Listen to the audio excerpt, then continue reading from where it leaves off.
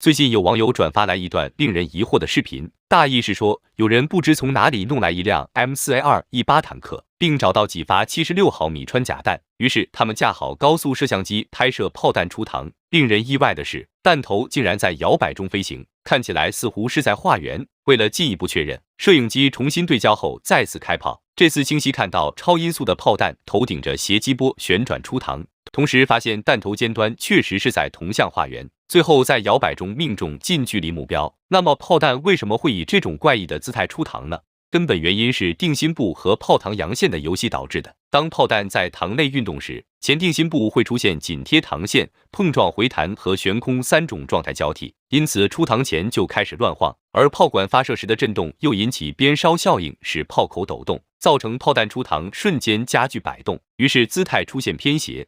这种情况下，炮弹轴线和飞行方向形成弓角，使弹头击波后的增压空气出现压差，于是炮弹重心前方的压力中心就受到了击波的压缩升力，但该力并不会使炮弹继续偏斜，原因是弹体在高速自旋，当受到气动力矩时，就像旋转的陀螺一样，产生等大反向的抵抗力矩，以此维持偏航角稳定。究其深层原因，原来是自旋弹体受到的气动力矩会同向旋转90度推动轴线侧偏，而弹体侧偏又使气动力矩方向改变，于是弹体在不断变向的气动力矩作用下持续侧偏，使自转轴绕着前进方向旋转起来，也就是炮弹发生了进动旋转。这个进动的角速度则使炮弹产生了等大反向的抵抗力矩，阻止弓角继续扩大。也就是说，炮弹会一直保持这个姿态旋转前进，但是观察一段时间发现，炮弹的摇摆幅度越来越小，飞行几百米后，自转轴就会回正和弹道重合。但陀螺原理告诉我们，抵抗力矩的大小等于进动角速度乘炮弹绕中轴的转动惯量，再乘弹体自旋角速度，其数值大小和气动力矩相等，因此炮弹的摇摆幅度只能稳定而不能收敛。那为什么弹体的自转轴最后能回正呢？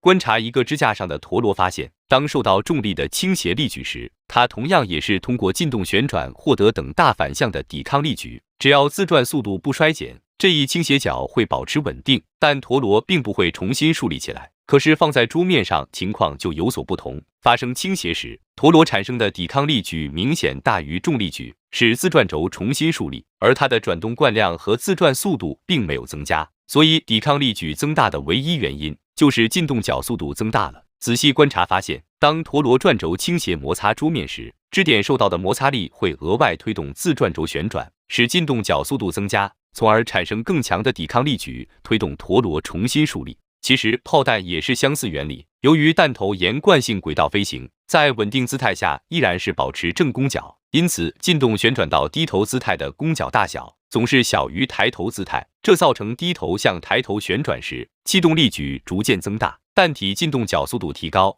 而从抬头旋转到低头时，气动力矩又不断减小，于是进动转速过剩，产生了过量的抵抗力矩，推动弓角减小。如此一来，弹头每进动一圈，过剩的抵抗力矩都会推动自转轴回正，因此只要炮弹自旋转速足够高，进动摇摆的幅度就会收敛，直至消失。